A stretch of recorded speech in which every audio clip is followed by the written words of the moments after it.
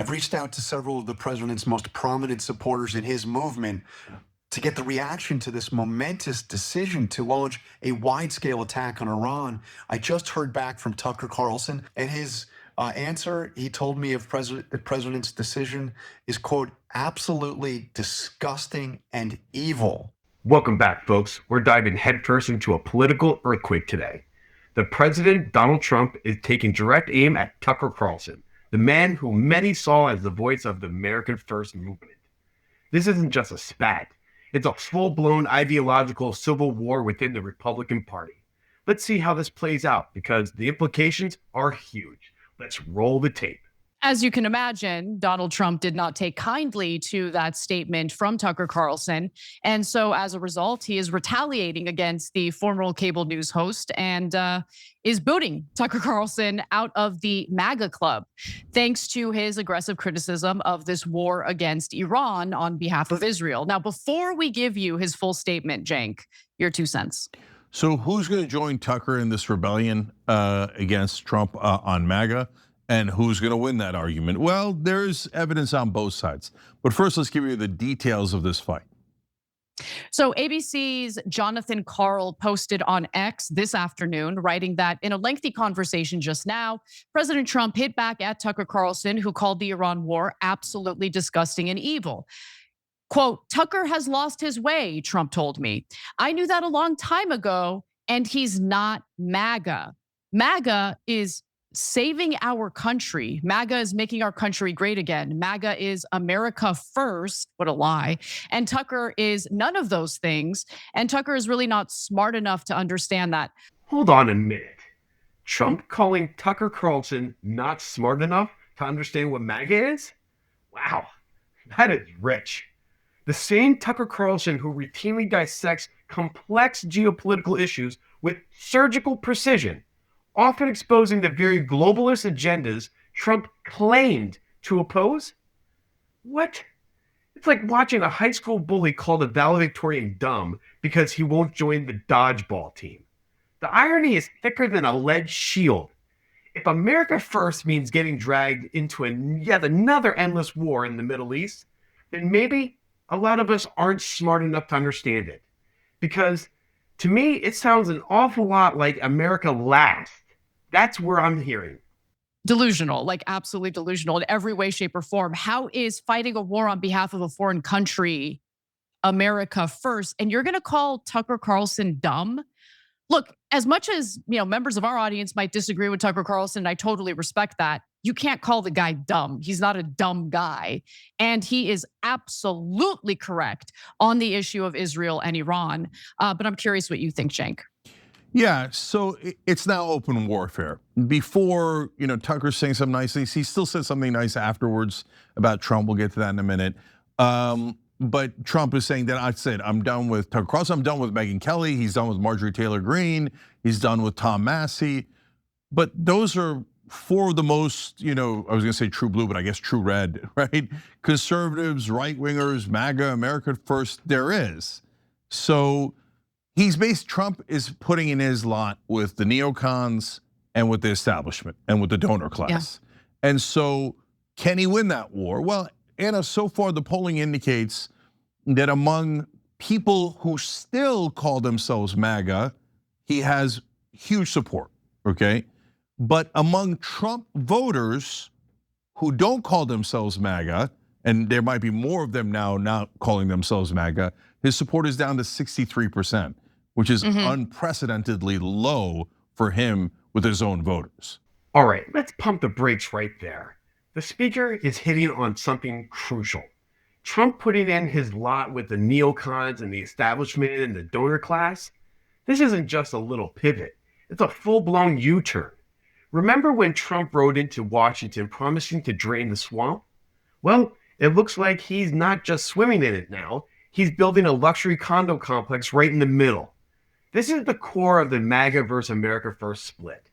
Are we still fighting for the forgotten man and woman, or are we back to lining the pockets of a military-industrial complex and foreign interests?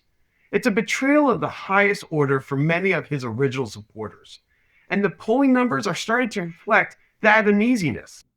So I would differentiate the two different factions in the Republican base, not as MAGA or not MAGA. It's either America first or same old neocon traditional Republican slop, right? So the America First crowd is really upset, and that crowd significantly sides with Tucker Carlson. But one other thing that I've noticed in the polling, Cenk, as it pertains to Republican voters, is that prior to entering this war against Iran, a higher percentage of Republicans were against taking military action against Iran. But once Trump made the decision, a lot of them turned around and decided to fall in line. Now, what does that mean for the future of the Republican Party? I don't know, and I'm not even going to attempt to predict it. But I think that someone like Tucker Carlson has managed to cobble together a bit of a coalition, the type of coalition that Trump succeeded at building in the lead up to the 2024 presidential election. And I say that as someone who has noticed, like just looking at his audience and the type of people who tend to watch his show, there's a pretty good mix there now. Whereas before it used to be just straight up right wingers, I'm noticing a lot of independents have flocked to his program, because these are the independents who voted for Trump because they didn't want to get dragged into forever wars, especially on behalf of Israel. And so it's really interesting to see. And I do think that this ongoing realignment is still happening to some extent. I don't know what it means for the Democratic Party, and I'm very curious to see how this all plays out for the next presidential election in 28. Yeah, I think I'm pretty sure. So look, the terms are confusing because they used to all be united around the term MAGA. But now if you go online, there's tons of America First people going, MAGA's dead, we're done with MAGA. MAGA's just like the dead enders supporting Trump. And so there's a cleave there. And then the America First gets confused because sometimes Nick Fuentes uses it. And then you're like, wait, not that America First, right? And so I think that what it really breaks down to is establishment versus the populist. And when you look at it that way, within the Republican Party now and among the voters, that's not a contest. The populists are gonna win. We already had that. It was Trump versus Nikki Haley and Ron DeSantis. How'd that turn out? I mean, it was. Yeah, that's a good point. It was a slaughter. That's a good point. Right? And there's more. So on Monday, Trump hit back for the first time at both Tucker Carlson and Megyn Kelly, to your point earlier, Cenk, who had expressed concerns about Trump's decision to go to war with Iran. And so Trump said, of the two pundits, I think that MAGA is Trump. MAGA is not the other two. MAGA wants to see our country thrive and be safe. And MAGA loves what I'm doing, every aspect of it. This is a detour that we have to take in order to keep our country safe and keep our country safe, frankly. So I guess in the second part of that, he's referring to the United States and Israel. Again, it bears repeating, Iran did not pose any type of security issue for the United States. This is all about Israel. And Tucker Carlson has been repeatedly saying that, which I'm sure Trump is not a fan of. And then he continues to say, Trump, Megyn was opposed to me for years when I ran the first time and nothing stopped me. And so, some people are against and they always come back. She came all the way back, but now I guess she maybe doesn't like the idea of this war, but I do, because I have to keep nuclear weapons out of the hands of the Iranians. Now, I gotta say, this is not a great time for the nuclear disarmament crowd, because we now have multiple case studies that show nuclear weapons tend to serve as a pretty good deterrent, okay? It could have been a deterrent when it comes to Russia invading Ukraine, but Ukraine gave up their nuclear weapons at our behest in the 1990s. And then you look at Iran. Do you really think Iran would have been invaded by the United States? Would it be bombed by the United States and Israel, knowing that they have a nuclear arsenal? Probably not. Although the Israelis are a little crazy, so who knows? But as for Tucker, Trump insisted that his criticism doesn't bother him at all. Carlson can say whatever he wants. It has no impact on me. And after Trump's attack on Tucker today, Marjorie Taylor Greene came out in passionate defense of Carlson, saying that she supports Tucker. Trump doesn't even know what MAGA is anymore and turned it into MAGA, meaning make Israel great again. Trump is not America first, he's donor first. I know you love that, Cenk. Tucker would beat Trump if he ran for president, and Trump tried to violate the Constitution and tried to run again for the third time. Tucker himself wasn't willing to go nearly as far. In fact, he told reporter Oliver Darcy the following: "There are times I get annoyed with Trump, right now definitely included, but I'll always love him no matter what he says about me." Tucker does this thing, I don't know if it's disingenuous or not. To me, it kind of comes across as disingenuous, where he'll like pretty viciously trash someone, but then he'll be like, "He's just the nicest guy. He's the nicest guy." He's a vicious warmonger and has committed war crimes and should probably be tried at The Hague. But he's the nicest guy I've ever met in my life. I've known him my whole life. Yeah. No, I gotta admit, I don't believe Tucker when he says that.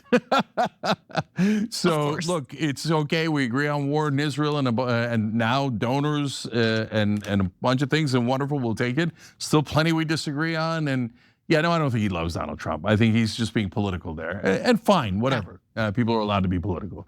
But okay, so a bunch of clarifications that are important. So Anna said, this is a little side one, but MAGA. It means make Israel great again, and that's versus MAGA. But Trump once said, "Oh no, it means make Iran great again." And the mainstream media, Anna, I've now seen in articles, thinks that that's what it means. No, it doesn't mean that at all. God, they're so clueless. Anyway, small point.